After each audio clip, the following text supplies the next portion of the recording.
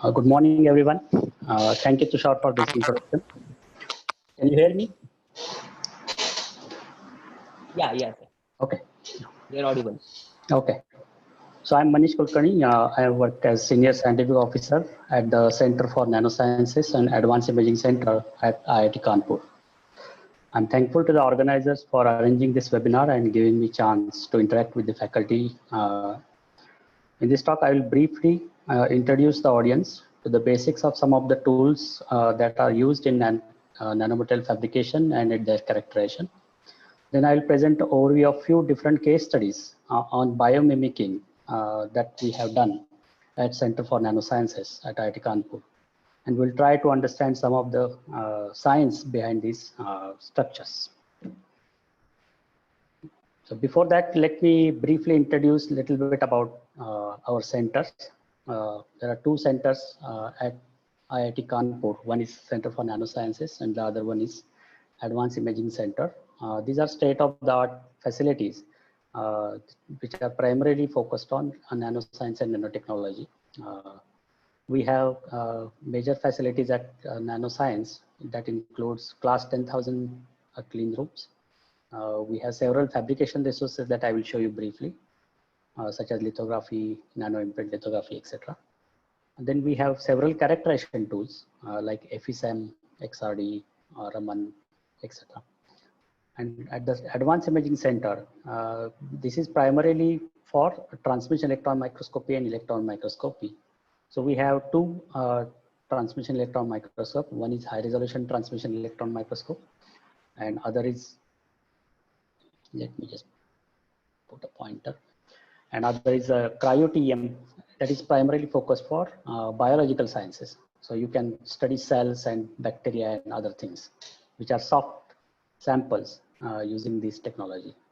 We also have excellent AFM facility there, and we have recently developed a stem cell research lab at this center. So Nanoscience was established in 2008 with the seed funding from DST Nano Mission.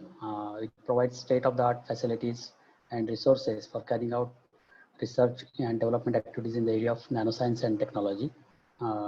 This is a shared facility, so anybody can access it, provided they pay for the usage, and then they can get a very nice, good facilities at their disposal for making for their research or other activities.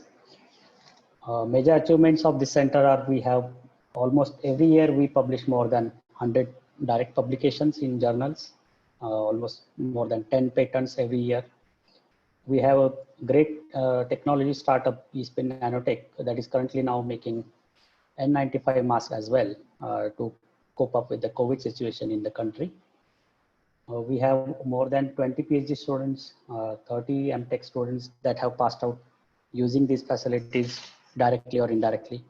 And we have about 25 research project staff that have been trained on various tools that we have at the center. We have several international and national collaborators, and we have published many publications with them. So these are the labs that we have at Center for Nanosciences. These are clean rooms. So some of the tools are shown here. So first, let's look at the fabrication tools. We have a maskless photolithography, spin coating, flow coating, electrospinning. We also have Langmuir brush jet deposition, UV lithography, high temperature furnaces, reactive ion etching and sputtering, etc.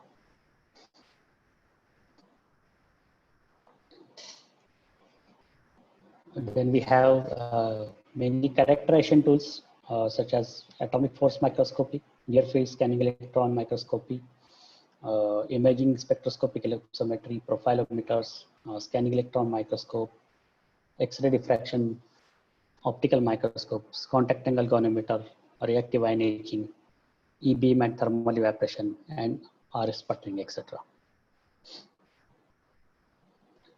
At the Advanced Imaging Center, as I said, we have mainly transmission electron microscopes. One of them is called FEI Titan HRTM. It's a 300 kV XFEG unit. you can see atoms. So it's as atomic resolution. You can use STEM mode, electron No, detector, same. fast VDS analyzer using true imaging, focal series reconstruction, etc. And then the other microscope is primarily for biological sciences, where you can use cryo-TEM. You can analyze your polymeric or biological samples at cryo temperatures. So we have a high contrast cryo-TEM. We can do 3D tomography and 3D reconstruction using this transmission. Then we have some, for all these TM analysis, you need sample preparation tools. So we have several sample preparation tools, such as Ultra Microtome. We have Vitribot, TM Mill, and several other tools needed for polishing and grading for the material science analysis. You can access these facilities just by filling online forms and sending us the samples, and you can use these facilities. They are listed in this web page. This is for Advanced Imaging Center.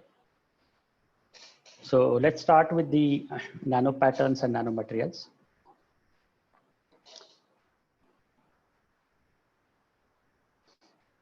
So let's define nanomaterial. Any material or pattern with at least one of its dimensions smaller than a few hundreds of nanometer, this 10⁻⁹ meters, can be termed as a nanoscale material. It includes films, it includes fibers, nano patterns, nano flowers, grating lines, nano rods, nano ribbons, etc., etc. They exhibit a unique and many times altogether different properties than the bulk counterpart.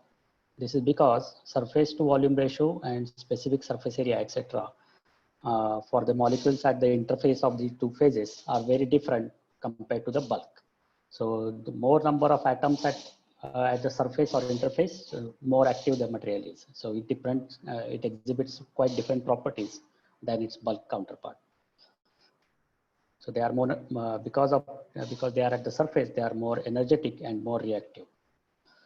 Now there are two primary ways of fabricating nanomaterials. One is bottom up, other is top down, as shown here. So bottom up meaning it's a self-assembly process. A small external force is probably needed to in this process.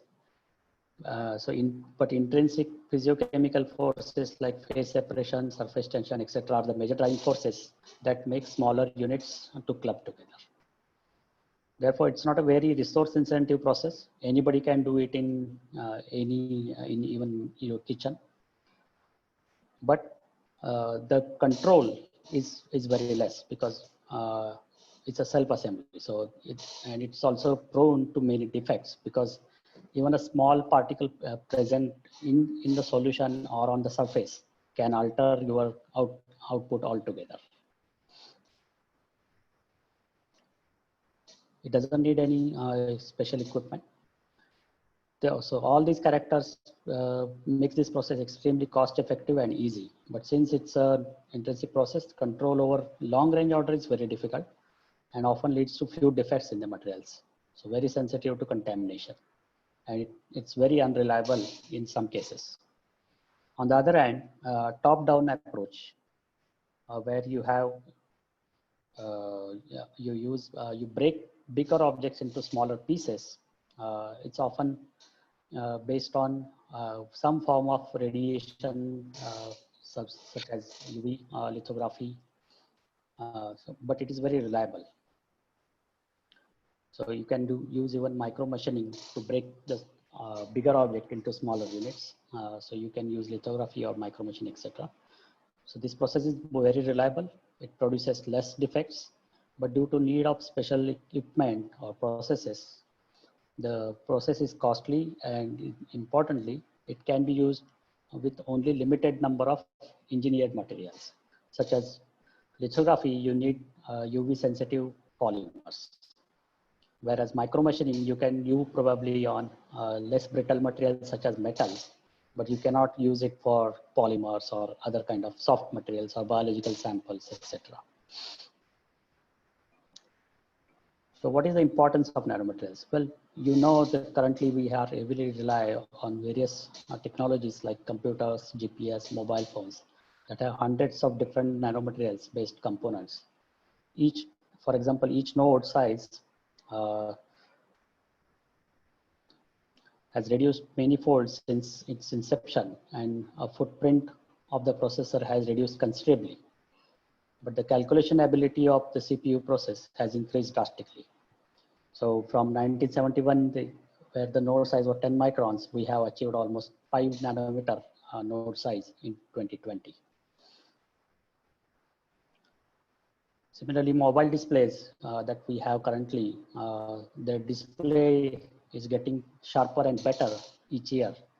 But still, you have to see that the pixel size is still in microns. So there is a lot of scope in this field, especially for nano patterning and improving the displays.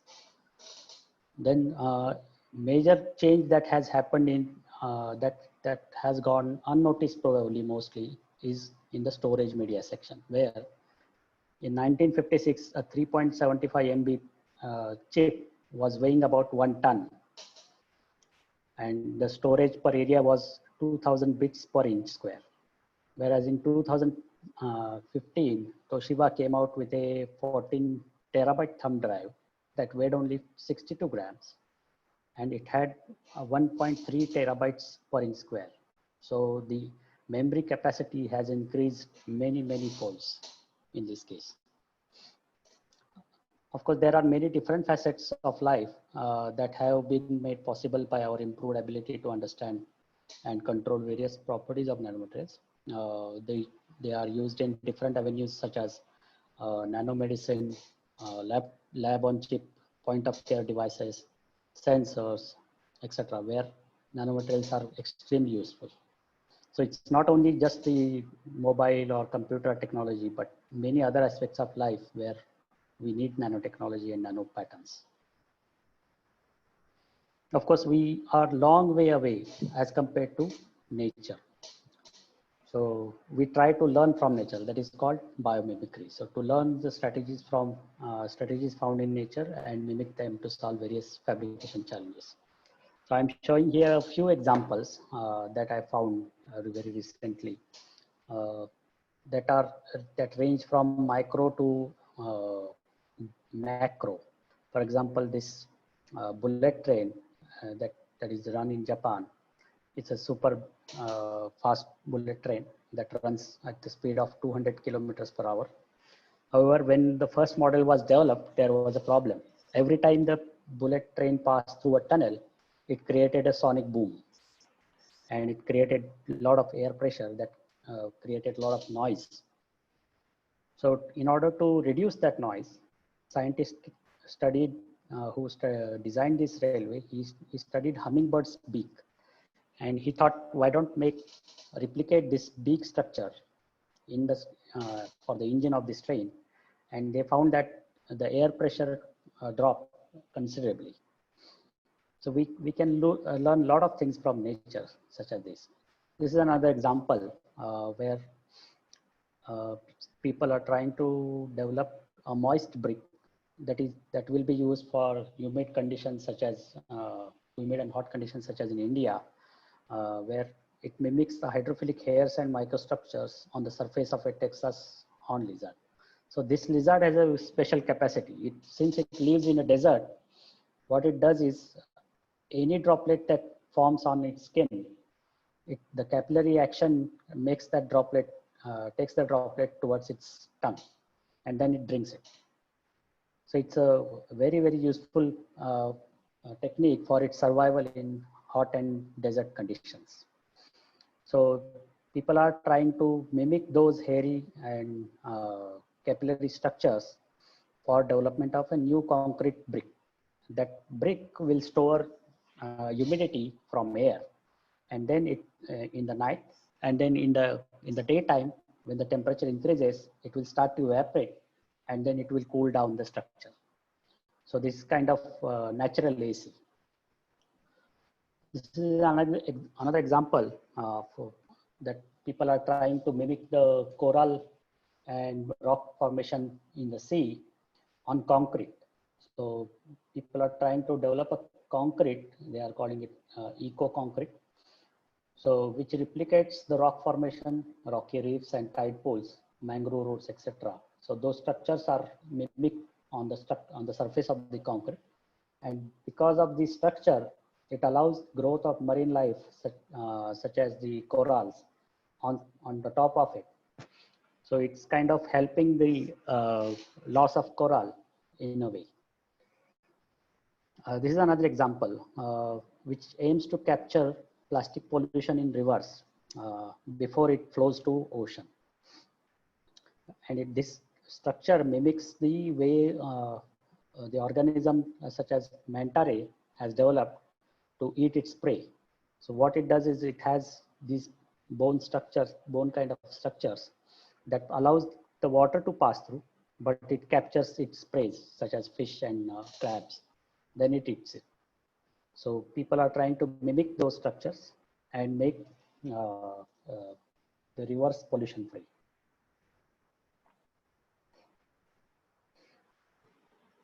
So we have to understand the nature very well before we design any new product. We have to study that. So if we study the surrounding carefully, it may improve our scientific understanding that will help us design and develop new and improved materials. So we need to characterize and understand the science of nature. But for this, we will need various fabrication and characterization tools and understand the basic scientific principles behind this operation. So the new eyes in this above code refers, for at least my case, is the new tools and methods in the language of science. So today we'll talk, since I will talk mainly about nano and micro patterns observed in nature and our efforts to mimic some of them. Therefore, I will first look at some of the micro nano fabrication tools that we have. And then there are two broad categories as I mentioned earlier. One is serial technique and other is parallel technique. So in serial technique, there are lithography techniques such as electron beam lithography, focused ion beam patterning, dip pen lithography, inkjet printing, molecular printing. So as I mentioned earlier, the advantages are because it has a very high precision because it's moving very slowly, and because it's moving slowly, it is also a very slow process and it's a very expensive process. And you can use it only to a limited number of materials for all these techniques. Parallel techniques are photolithography, soft lithography, patterning of confined polymer thin films, block copolymer nanolithography, including self-assembly, nanoimprint lithography. So advantage is that you have large pattern area. The limitation is that even if a small defect can ruin your pattern very easily. So let's look at some of the tools that we have at Center for Nanosciences for lithography. So there are two processes. So these are maskless lithography units. Here, instead of using a hard mask like this, the computer projects the image of your design on the polymer. And then the polymer, if it's depending on whether it's a negative based polymer or positive based polymer, either cross-links or removes the polymer after developing from the substrate. So there are two different maskless lithographies. One is about, so it takes about 5 to 30 seconds per exposure, and this one takes about 50 to 100 seconds per exposure depending on your pattern size, etc. Then we also have a conventional hard mask lithography where you can use chrome mask and you can pattern area up to 100 centimeter by 100 centimeter, and it only needs about 30 to 50 seconds per exposure. It's also, because it needs a very hard mask, every time there is a problem in your design, you have to again go back to fabricating hard mask using one of these methods, and then use it for your final result. Then we have some serial processes. One that uses UV lithography, UV laser for lithography. So the laser moves along the sample, and each point is exposed to particular intensity of the laser depending on how you tune it.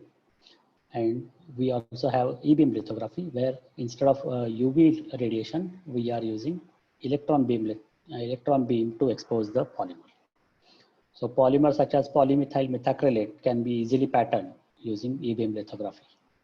But again, since these are very sensitive to particular radiation and particular wavelength, there are only limited number of polymers that can be used for any of these techniques.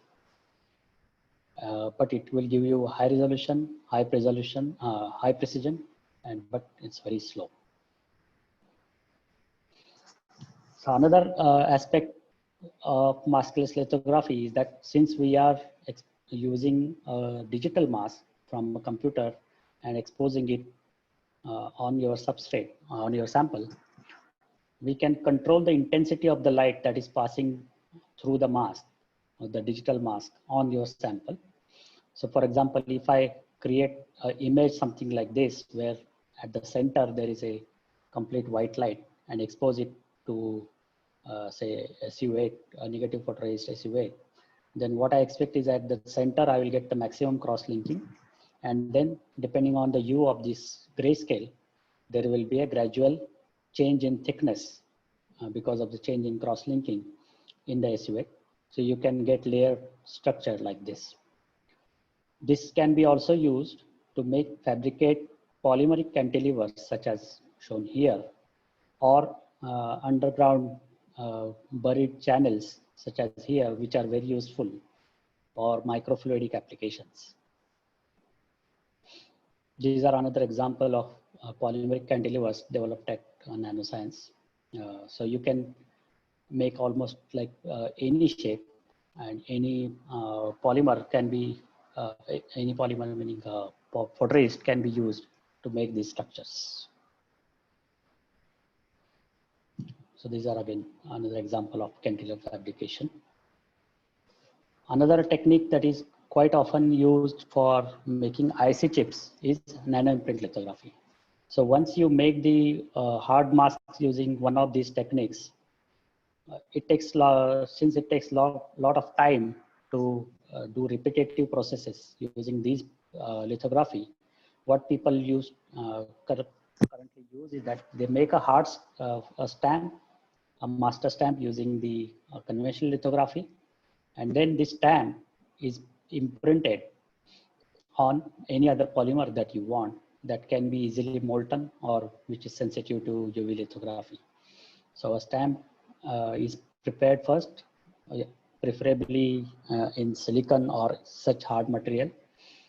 Once it is made, you can go on just replicating it on several different times, multiple usage on a single substrate or different substrates. So you can get a lot of very high throughput. So you can get many times the output from one single stamp. So it requires a master stamp instead of a mask. It's more suitable for low TG polymers such as polystyrene or polymethyl methacrylate, which has a low TG. It's very high precision, less time consuming process, because all you have to do is you have to stamp the polymer and heat it up above TG. And once you cool it down and remove the stamp, you get your polymer pattern replicated on your sample. One advantage is that you don't need any photosensitive polymer. You can even pattern non-photosensitive polymers such as polystyrene using this method. But there are some issues such as residual layer. So when you stamp on this polymer, there is always a chance that it's not completely penetrating through your polymer film. So there is always chance of formation of a residual layer at the bottom, etc. And if the stamp gets contaminated, the contamination will replicate on all your other experiments, other replications as well. So you have to make sure that the stamp is clean before you use it for next experiment. Now let's move to characterization. So in characterization, we are mainly focusing on nano size and thin films materials. So we are not focusing on bulk elemental composition. We'll focus on structural properties and surface phenomena studied using FSM, high resolution TEM, SEM, and AFM in this talk.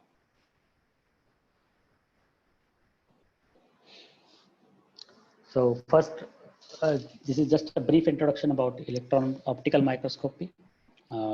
Most of you have used at some point optical microscopy. So I will just describe important parameters. One is the magnifying power of the microscope, and other is resolving power of the microscope. As you know, magnifying power is purely dependent on focal length of the eyepiece and objective lens, but the resolving power depends on the diameter of the lens, which is related to numerical aperture, NA, of the objective and wavelength of the light used. So smaller the wavelength, higher the resolution, and bigger the numerical aperture, higher the resolution. So even since visible light wavelengths are a tiny fraction of electromagnetic spectrum, even the best optical microscope cannot be used for anything smaller than hundreds of nanometer. So there are limitations for optical microscope. So this limits the optical microscopy severely for characterization of nanomaterials. But it is still useful when nanomaterials have fluorescence dyes in them, or fluorescent properties, or surface plasmon resonance properties, where light coming from the material improves the quality of image in case of dark field microscope. So even small nanoparticles, even up to 10-20 nanometers, can be resolved, provided that there is a fluorescence or SPR coming out from the surface of these nanoparticles.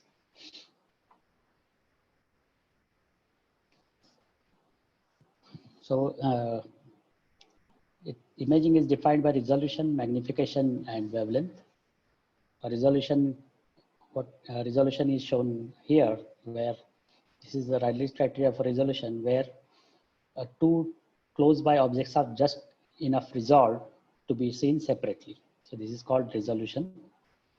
So they are two just separable from one another. So for human eye, this typical resolution is about 0.1 millimeter. So for optical microscopy, the resolution is limited by lambda, which is visible wavelength from 400 to 600 nanometers.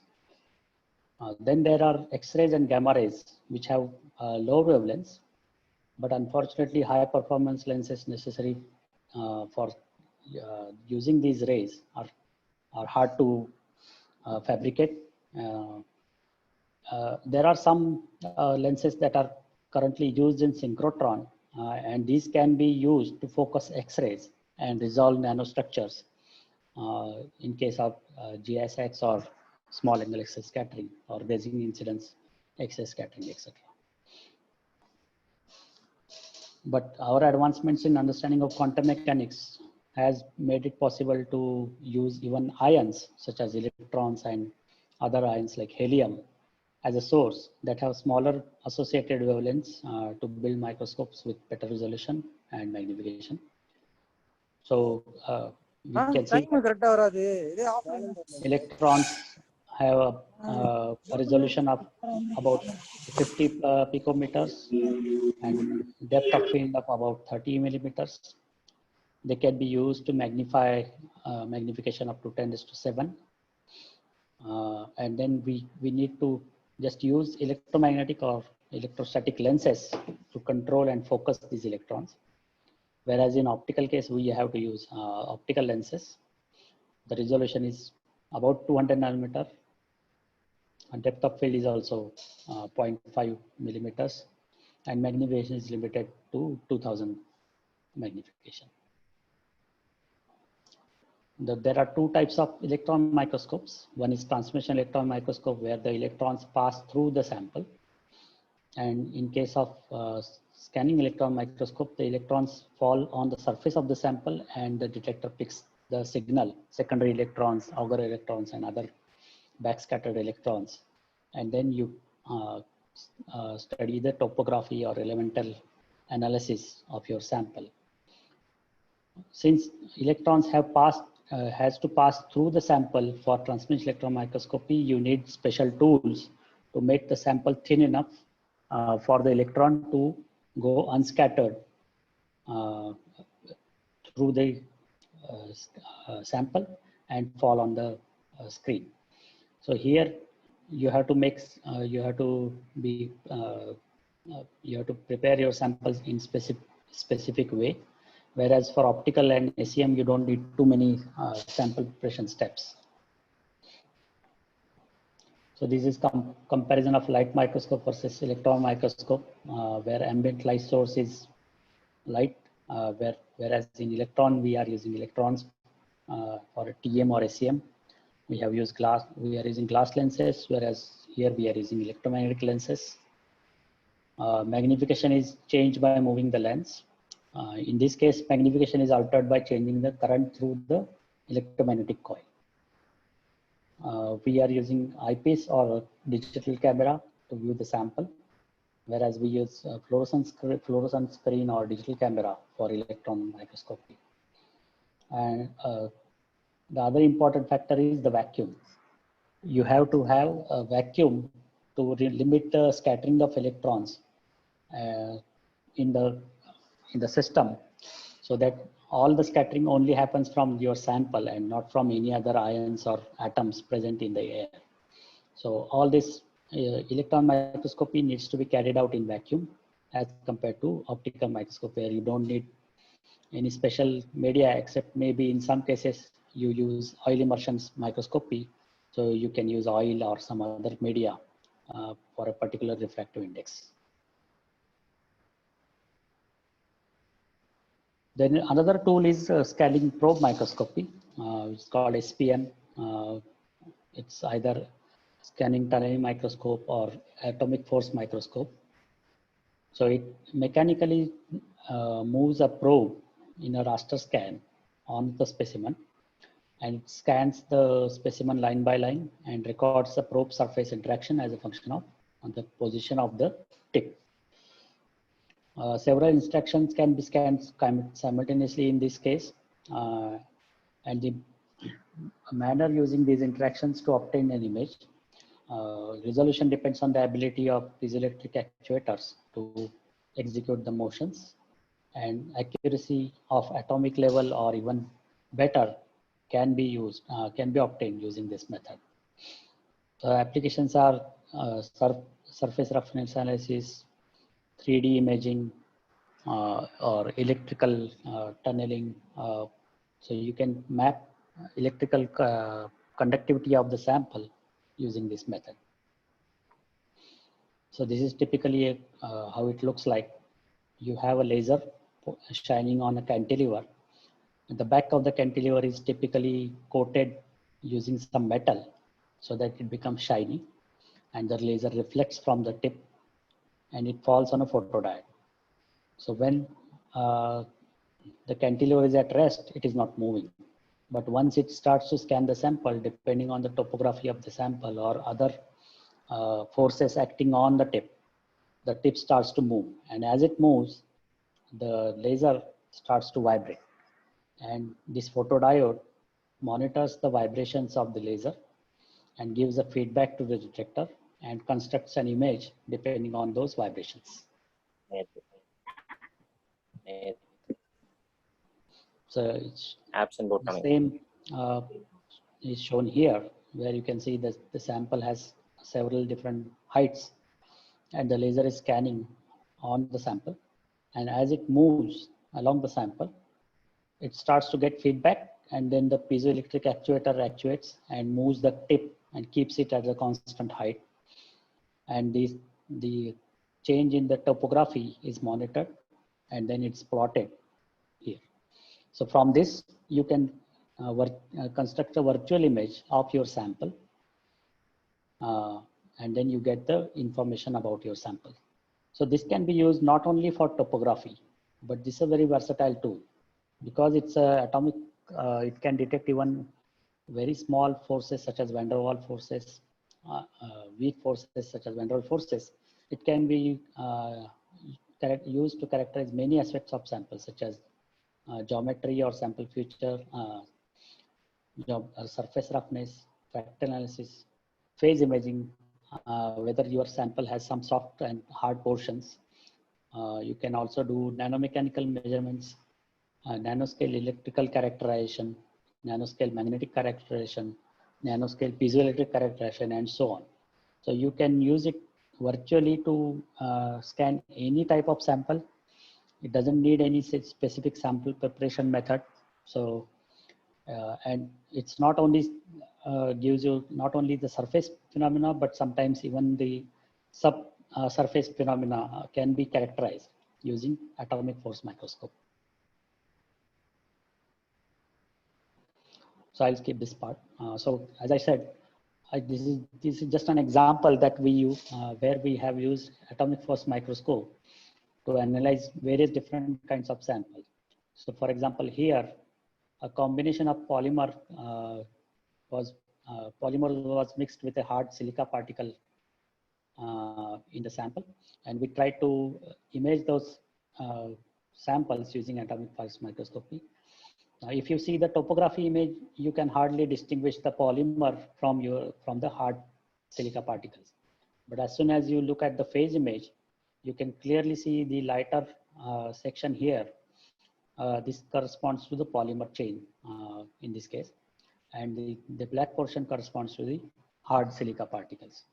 So you can identify and see where the polymer is going in your sample, and you can also do other kind of image analysis using this method.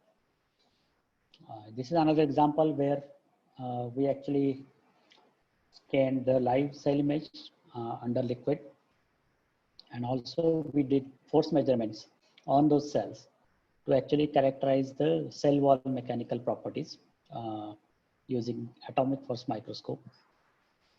So this is just example of atomic force microscope where it can be used for material science applications as well as biological science application.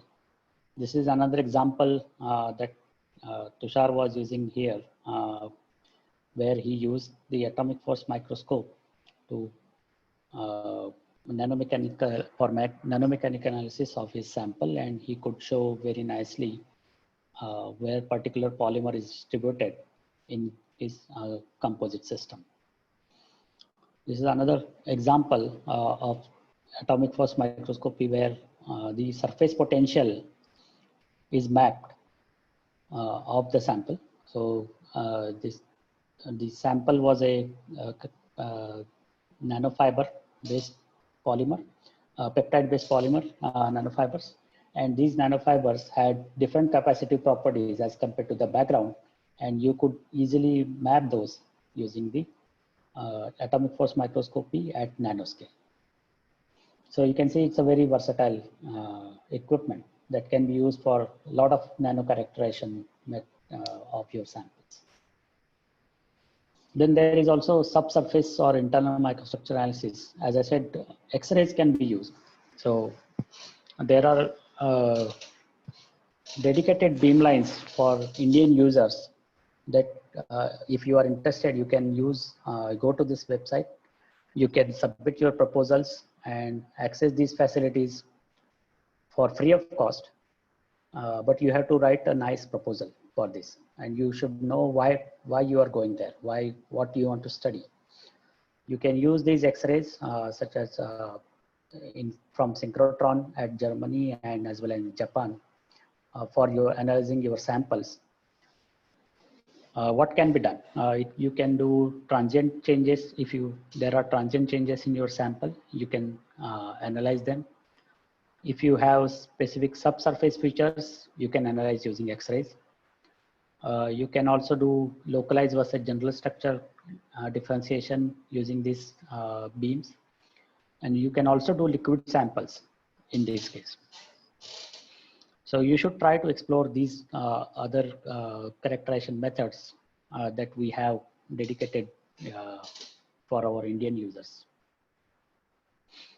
So this is an example of GFX, how it can be used. For example, here I have a nanostructure which is oriented perpendicular to the surface. So you can see two diffraction dots here. These are X-ray diffraction dots.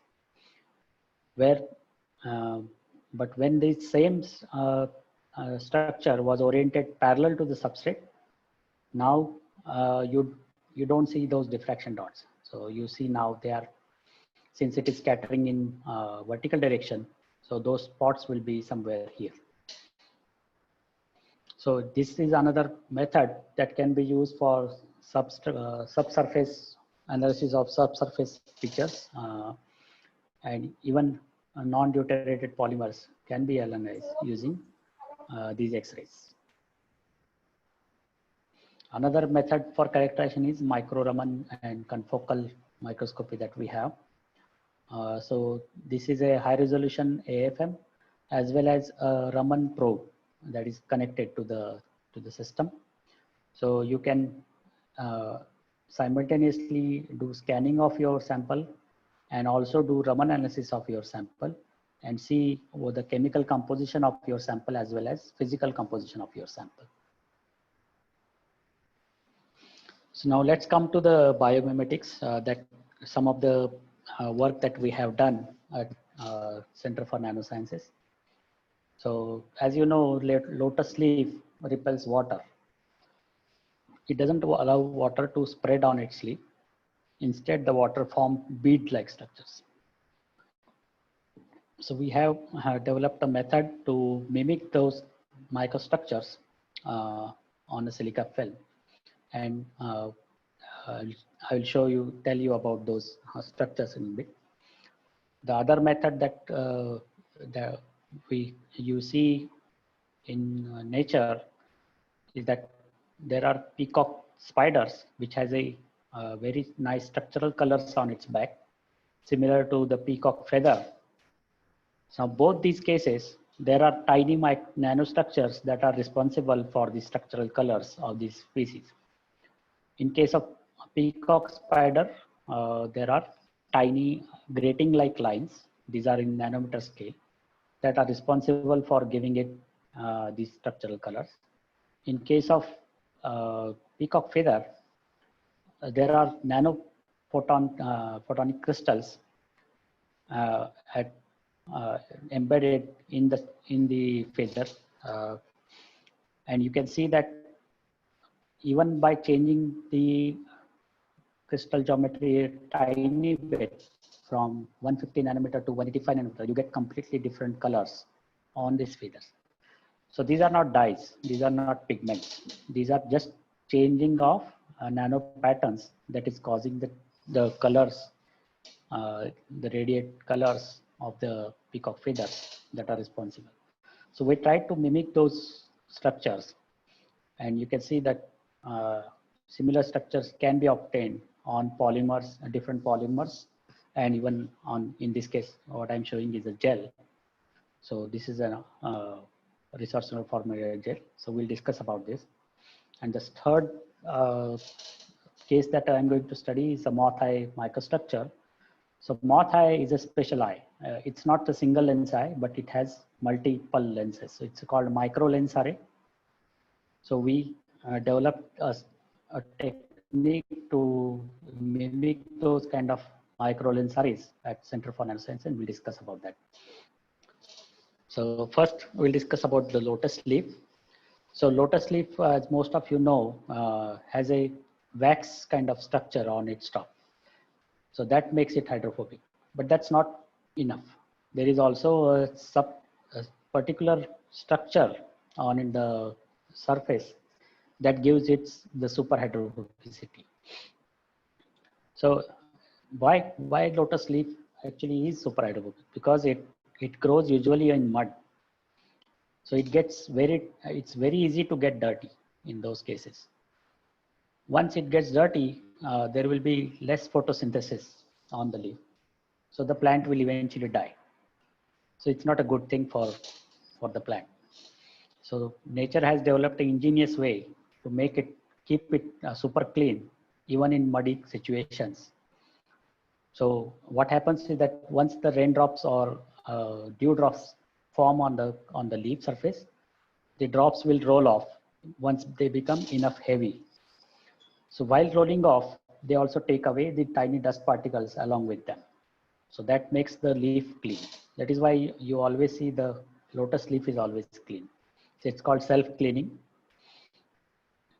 The leaf upper surface is covered with these epicuticular wax crystals, which are CH3 terminated. These are water repellent, and this feature is enhanced when you have substructures such as hierarchical structures on top. So the wax sits on these structures, so that makes it even more hydrophobic. So it's called super hydrophobic. However, if you look at the lower portion of the back side of this leaf, you don't see those structures because it probably remains in contact with water. So it probably tends to keep it cool. So that is why you don't need super hydrophobicity there. Instead, you need hydrophilicity there. That is why at the bottom side, you'll always see not these structures, but something like this, and not too much wax is there. So it is hydrophilic in this case. So this is the upper and lower side of this leaf exhibit completely different microstructure and different wetting properties. It's called Janus properties because, and then we try to replicate these properties in silica films, and I'm going to show you some of the results of those studies.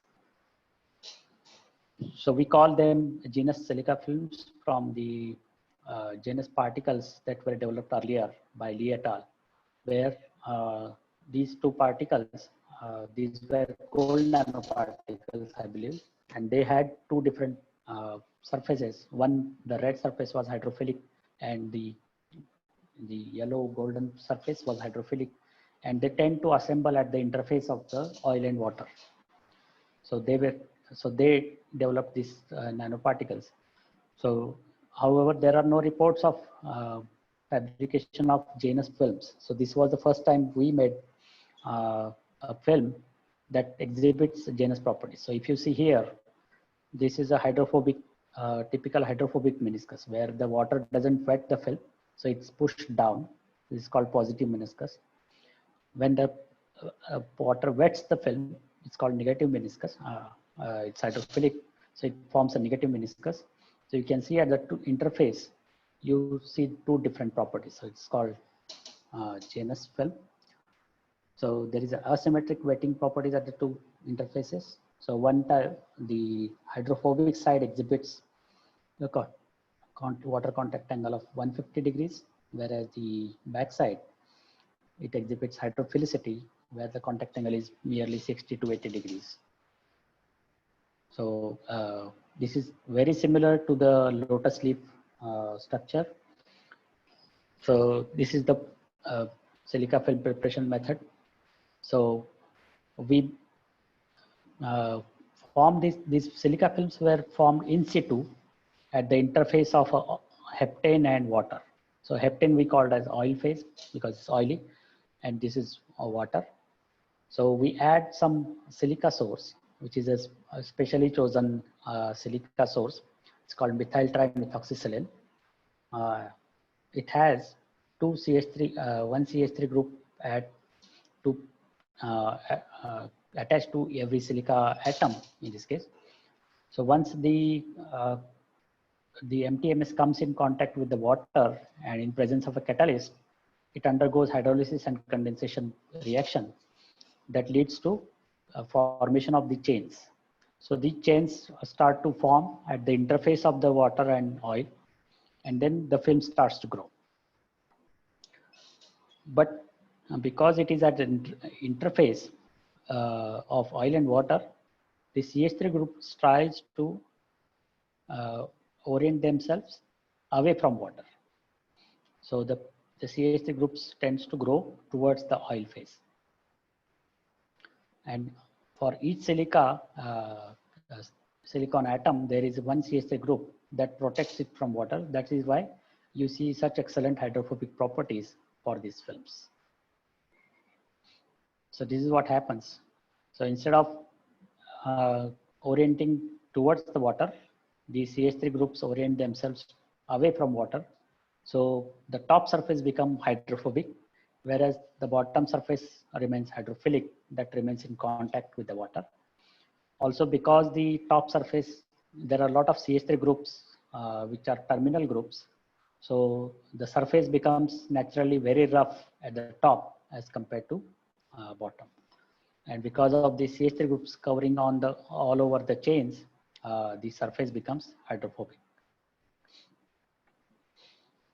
So some examples that we are showing here for the silica films. You can see the water rolls off very easily. Even at very small angles, the water is rolling down. The other important thing is that as soon as it touches to the other surface, it gets wicked in. So which means that because it's hydrophilic, it goes down the surface towards the wetted film. It wets the film at the bottom. So which is very similar to lotus silica, lotus leaf. There are 200 different varieties of leaves that show superhydrophilic properties. Our lotus leaf stands out from the other leaves in the rolling and bouncing of water drops. So this is called dynamic contact angle. So instead of just putting a water drop static on a static water drop on the surface, if you start to tilt the water drop, tilt the surface, whether the water drop rolls or not. Because once the water drop is formed on the leaf, if the water drop doesn't roll away easily, it won't clean the surface. So it is very essential to have this property for leaf, for lotus leaf. So these films mimic exactly lotus leaf-like properties of rolling and bouncing of water drops on the lotus leaf. So as I said, these CH3 groups are responsible for the hydrophobicity of the films, whereas we monitored the surface groups at the oil side surface as well as water side surface using Raman. And you can see that clearly the CH groups are more towards the oil side as compared to the water side. That is why this part is more hydrophobic or super hydrophobic as compared to the water side part. So these are the microstructures from SEM. You can see the oil side surface is very rough. As I said, since more CH3 surface cannot cross-link completely. So you see a lot of open pores in this case. So this is a very rough surface, and which is ideal for Baxter like wetting, Cassie-Baxter wetting, where the water drop sits on air pockets. That is why this surface becomes super hydrophobic. Whereas the water side, you can see it's more uniform and very less rough and less porous as compared to the oil side. Now, if you compare them to the lotus leaf, you can see similar things. So these structures are similar to lotus leaf, where this part is facing water, whereas this part, which is facing oil, has a lot of open pores as compared to this part. So heterogeneity of the oil side surface leads to increase in contact angle of water droplet, and that gives you the super hydrophobicity. Now, since we are forming this film at the interface of oil and water, we tried to study effect of surface active agents such as SDS on the film growth and its wetting properties. As you know, these surfactants such as SDS, they have a hydrophobic chain, a long hydrophobic chain, and a short, small hydrophilic head connected by a covalent bond. So as soon as you put a surfactant at the oil-water interface, the hydrophobic tail tends to wet the oil side, and the hydrophilic head tends to wet the water side. So they assemble at the interface of oil and water in a manner which is least that is most favorable energetically. When the tail is wetted by water, oil, and head is wetted by water. So now if we add such a surfactant to the subphase here, what will happen is that because this surfactant quickly assembles at the oil and water interface, this affects the microstructure greatly. Now now if you see the microstructure of the films, it's completely different as compared to earlier. So now you see a microcapsule like formation here, where earlier it was more porous and fiber-like formation when there was no surfactant. From see here, so you can see clearly difference in the properties of even at the oil side, there is a quite bit of different, and this yeah, as well as the water side, there is a quite different microstructure. Now these two microstructures are not that different from one another, and that reflects in its wetting properties as well. So if you see here, we have studied a difference in the advancing contact angle. So advancing contact angle is a contact angle where you tilt the surface and you measure the advancing angle of the water drop. And then we studied the difference between advancing angle of the top surface, which is oil surface, and water surface. And we plotted that difference between those two angles as a function of inclination angle as well as a function of surfactant, different surfactants and no surfactant. So when there was no surfactant, this angle hardly changed. You can see at different, even at different inclination angles, the difference remains almost constant.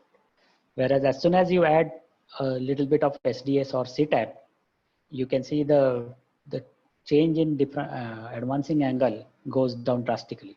What it means is that the dynamic contact wetting properties of the films are very different when you add surfactant as compared to static properties. So when there was no SDS at 0 degree, when there was a little bit of SDS in the surface, the static contact angle is still high, the difference in the static contact angles.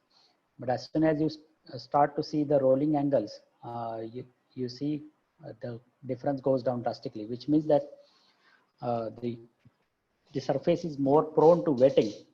So the droplet won't roll off very easily when you add surfactant to the subsystem. So in summary, this is a robust and transferable Janus silica film. You can take out these films. They grow up to several hundred microns. The difference in the contact angle of the two surfaces is about 60 degrees. This process is very flexible. You can tune the microstructure just by changing a tiny amount, just by adding the tiny amount of surfactants.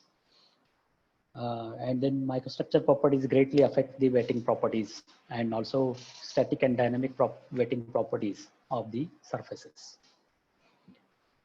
Now let's go to the second case where I showed you earlier these pictures. The structural colors of these particular species, they rely on structural colors instead of pigments or dye. So these peacock spiders exhibit radiant structural colors, and the skin has grating-like microstructure. Whereas peacock feather is another example where a tiny change in the nanostructure leads to a very different color in the feather. So structural coloration is typically caused by interference of light rather than pigment. Colors are produced when the material is scoured with fine parallel lines or grating-like structure or pillar-like structure, and then that interference of the light that happens at a particular wavelength.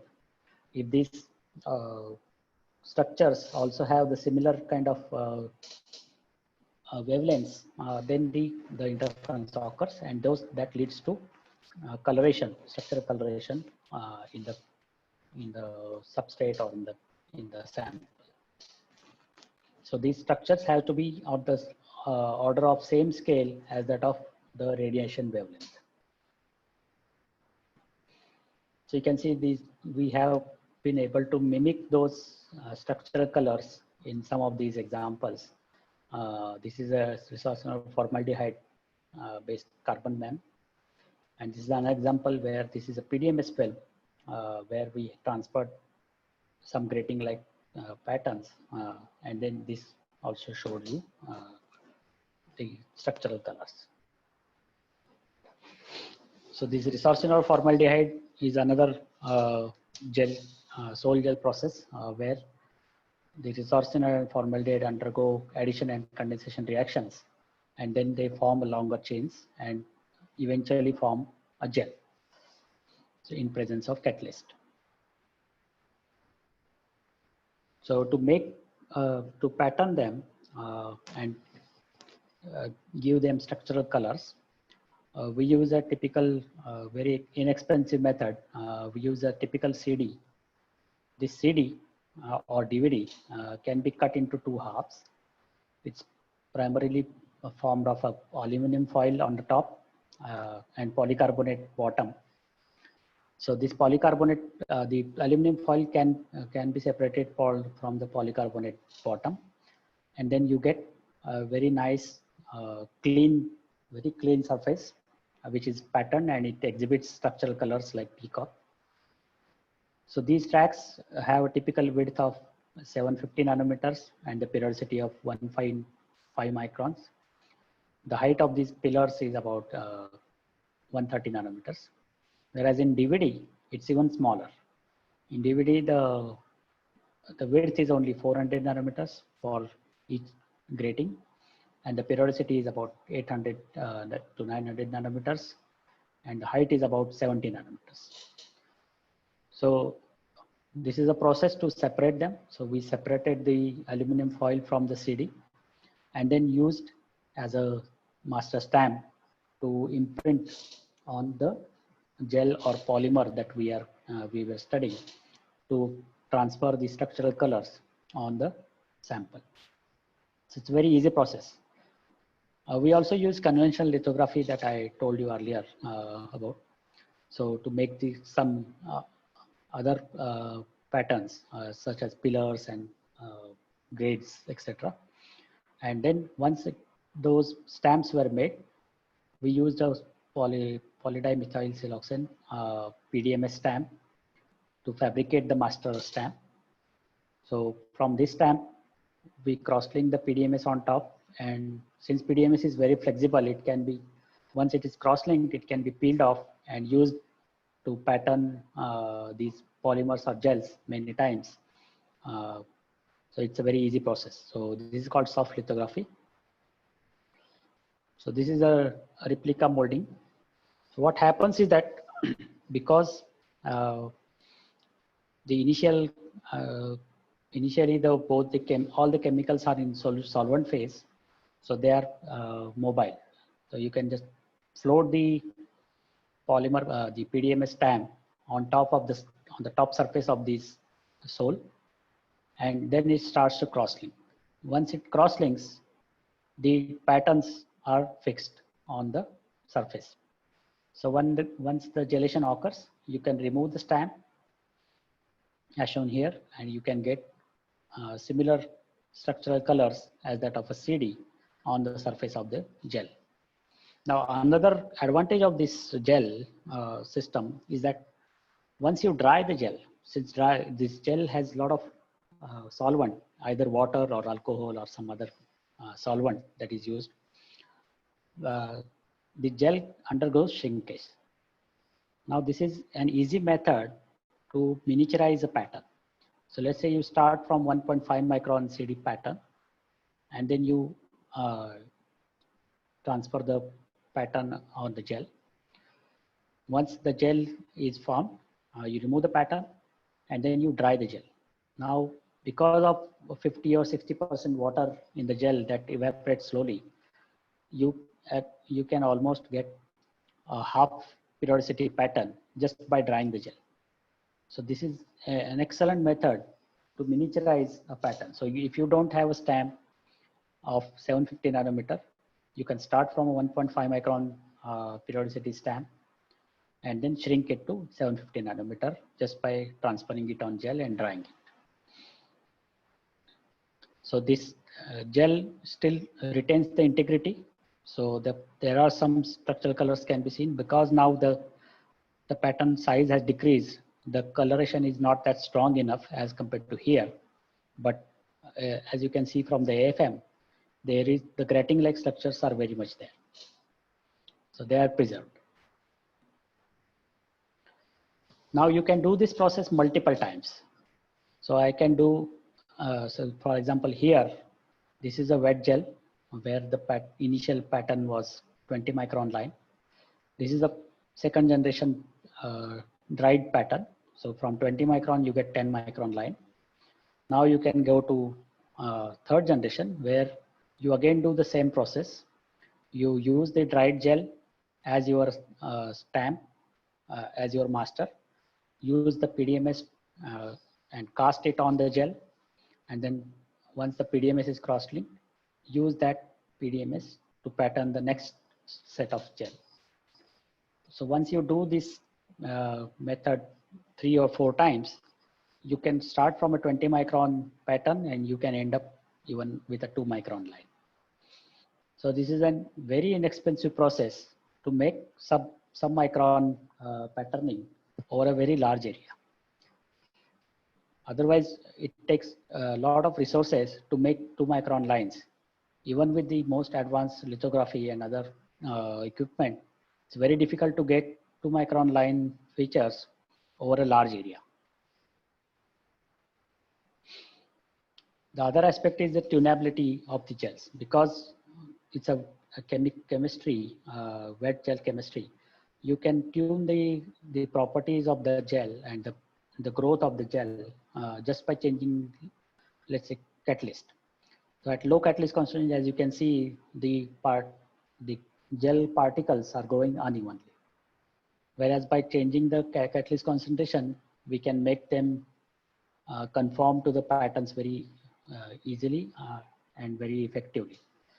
So you can get better pattern fidelity even at nanometer scale. So these are very small scale features. So there is a tunability aspect is also important when you are transferring from master pattern to another set of patterns. You can do also complex pattern, not only gratings or grids. You can do any shape or any size of the pattern as your master stamp, and you can go on shrinking those patterns and transferring them, and you can end up with a small miniaturized pattern. So why we use these resorcinol formaldehyde? Because it's not only the structural coloration. Structural coloration is one aspect, but another useful application of resorcinol formaldehyde is that the carbon yield of resorcinol formaldehyde is more than 50%.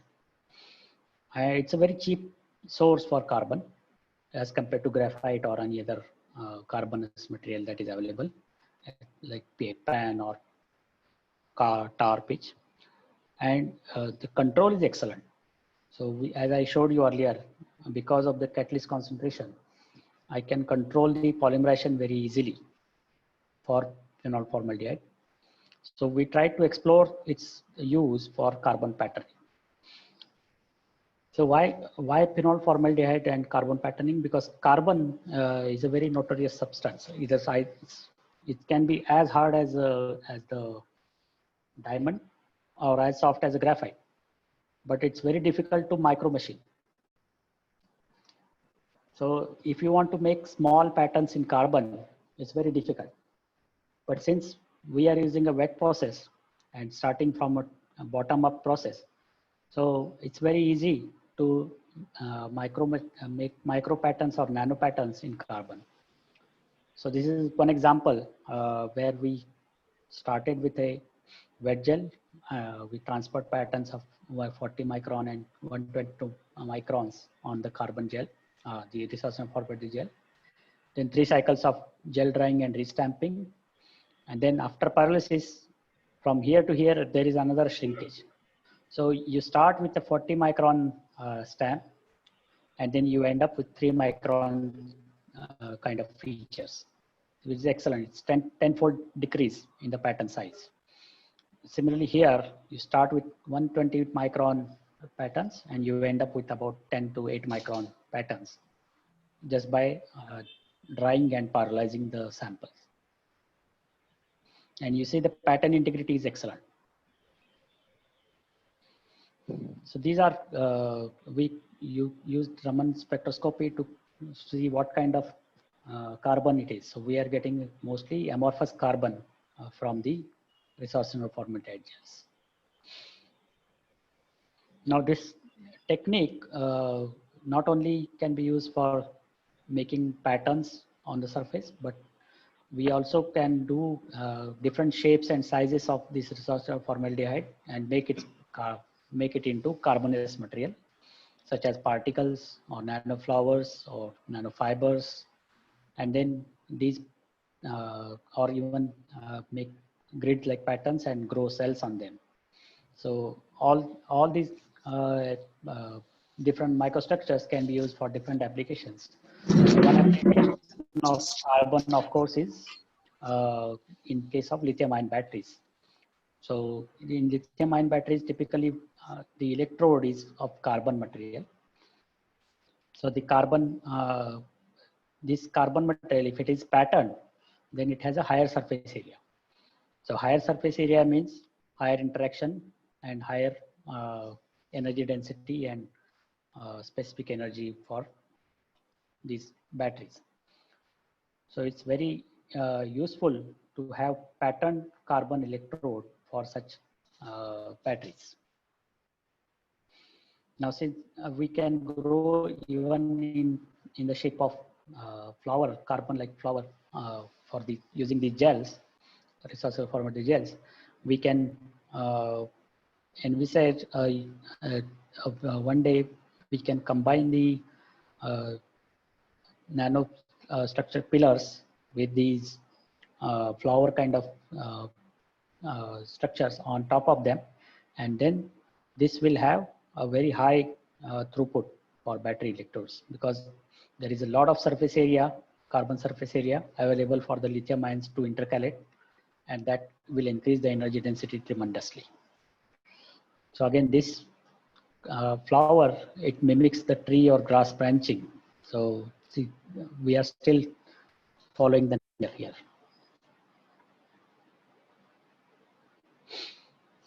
You can also do a lot of not only micro or nano structures, but you can also do macro structure shrinkage using these gels. And these are another example where there was acrylamide hydrogel that was used to cast in macro scale, and then after each drying, the size and size gets reduced, and it can be reused for next application. So in summary, we explored a new technique for 3D patterning and importantly miniaturization. So when you don't have access to the nanofabrication tools, you can start with a macro or micron scale stamp, and then you can eventually get a nanoscale stamp just by using this simple sol gel chemistry and patterning, soft lithography. It's a very easy method. You can do any soft polymer, you can pattern any soft polymer or gel surface using this method. You can also use these RF gels for carbon CMM applications such as batteries and other capacitors. And interaction of these carbon structures has a potential for developing high energy, high density batteries. So let's look at the third case. This is a micro lens array case. For example, as I showed you earlier, moth eye has a particular typical microstructure. It's, instead of having single lens like us, it has multiple lenses for the eye. So the advantage of this multiple lenses is that it has extremely large field of view angles. So we can see very in a very narrow angle, whereas moth can see even almost anything at its back using this micro lens array, moth eye. It has a low aberration properties. Distortion is also low. Because of the high temporal resolution and infinite field depth, the moth can fly very easily and also land on any surface very easily. That is another important aspect, because of the depth of field that it gets, the information that it gets from this kind of particular eye, it can land very easily on any surface. This is another example of a beetle. It has several green and silver stripes on the surface. Now these stripes arise because of, again, nanostructure, not because of pigments. So there are small micro lenses on its surface that gives the beetle to its iridescent color, and that helps it to hide in the green grass or other green trees and keeps the predator away from which act as a camouflage. So we try to mimic these micro lens arrays here. So you can think of micro lens arrays in terms of, let's say, a very large radio telescope. So instead of building one huge radio telescope like this, scientists now build arrays of small radio telescope and put them in this particular geometry.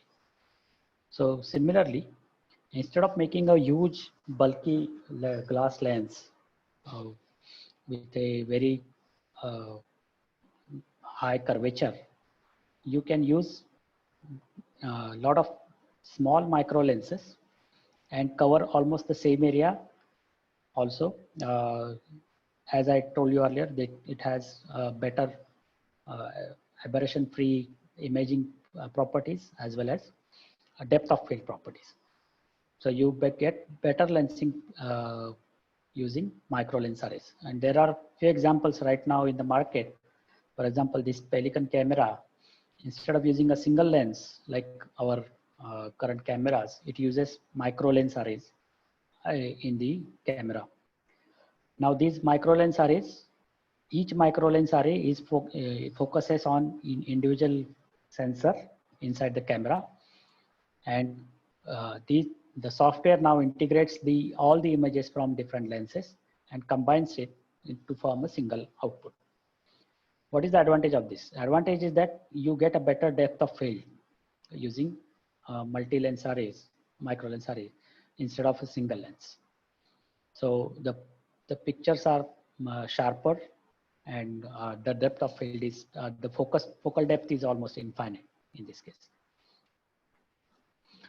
So not only in cameras, but there are other areas as well where the micro lenses can be used, such as super resolution imaging, optical fiber coupling, solar cells. So instead of having using just the sunlight as it is, you can have a micro lens array covering the solar panel that focuses the solar rays on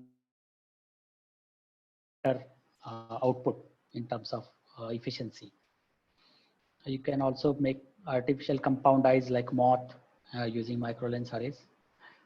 These micro lenses even can be used for micro lens lithography, where individually you can pattern single pixel, and wavefront sensing as well.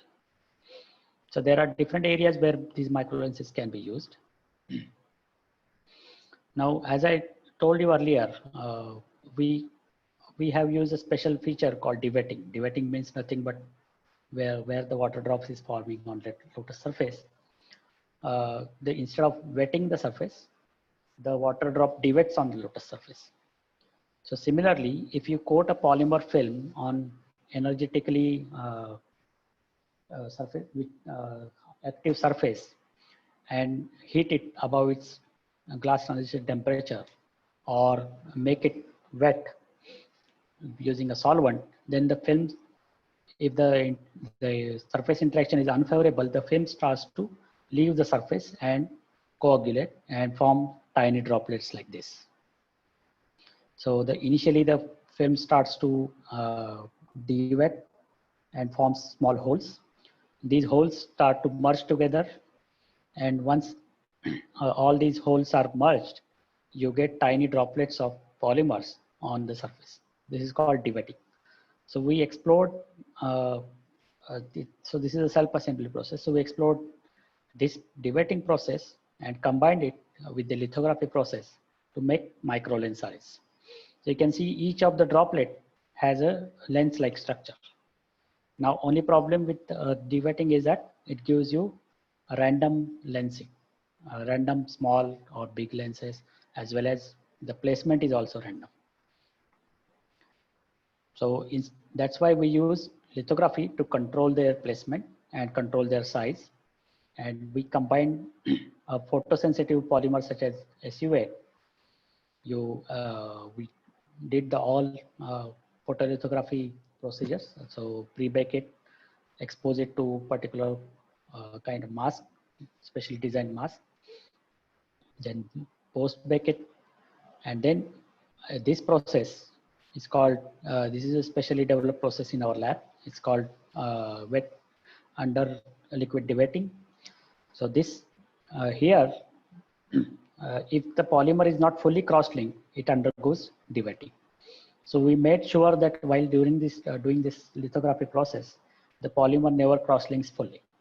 So that leads to gradient of cross-linking inside the polymer films, and that leads to assembly of these polymers at a particular place. So as I told you earlier, if you just do it without any lithography, you get random droplets like this. However, the interdrop spacing is not actually random. There is a correlation to the film thickness, and there are a lot of different publications on this phenomena, that this wavelength is related to the thickness of the film, and drop diameter is also related to the thickness of the film. But in order to bring a better order in the system, we combined it with the lithography. And now you can see from a controlled sample where there was a random distribution of droplets, we can now control the diameter of the droplets, placement of the droplets very easily, and make any structure that you want. And in addition to that, you can also make gradient lens diameters, which was not possible without using the templates. So you can see a bigger droplet as well as a smaller droplet in the same field of focus using just the lithography, combining lithography with the de-wetting process. You can also make any kind of shape and diameter. So for example, here, this diameter is about 65 microns, whereas the tiny droplet at the center is about 600 nanometers. Now you can see the lensing properties of these micro lens arrays. We use simply the simple mobile display as our viewing object. So this mobile display has tiny RGB pixels, as you can see here. Now these RGB pixels are in focus are viewed through the micro lens array that we developed using SUA. So you can see more clearly here. This is a TEM grid that typically used for putting TEM samples. That grid is now clearly, you can see, is magnified by these micro lens arrays. So in summary, we showed you fabrication and micro lens array by combining self-organization and thin film with conventional lithography. It's a very easy process, and it's a very less time-consuming process as compared to other conventional processes. It can be easily scaled up if we use it for fabricating the master and then use nano lithography or soft lithography. So you can replicate those structures very easily in on any of the surface. So in conclusion, we reviewed some nanofabrication characterization methods in this talk, and also we studied a few biomimicking studies done at Center for Nanosciences. So I'd be happy to take any questions. I acknowledge all my colleagues, collaborators, and students from IIT Kanpur, NIST, and University of Akron, and also the funding agencies. Thank you. I'd be happy to answer your questions.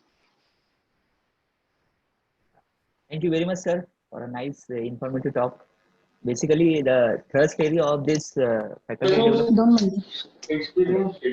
Hello. Yeah. Sir, sir, can I ask you something? Sure, sure. Yeah, sure. Sir, your presentation was very excellent, and all the concepts were very though we are from pharma background, you have talked about today nanotechnology, and that is very interesting topic. And if you don't mind, can you share me your details? Oh, sure, sure. You can just visit the Nanoscience webpage that I mentioned in this talk.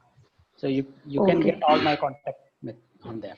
You just see Nanoscience IIT Kanpur, you will see all the details. Okay, sir. Because some work is going on in our laboratory based on the nanotechnology. Okay. So we are facing some problem. So whenever we want to take your consultation, we will, can we contact you? Sure, sure. Okay, sir. Thank you, sir. Yeah. Thank you, sir. Thank you.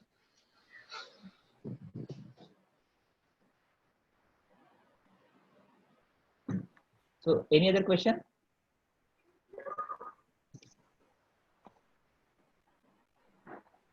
Related to presentation.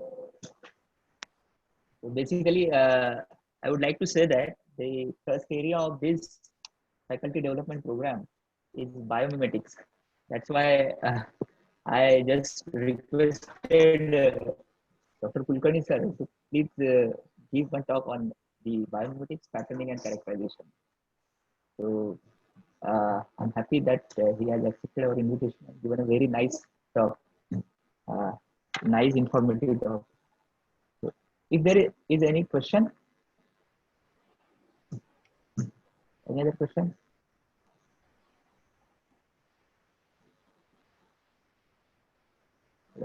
So if not, sir, I have to present my vote of thanks to you.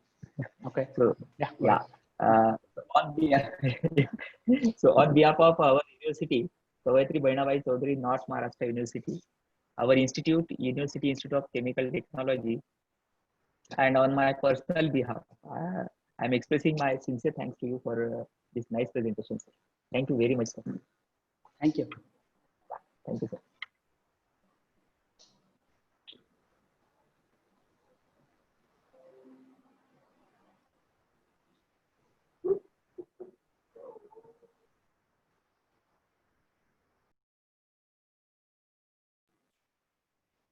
Hello.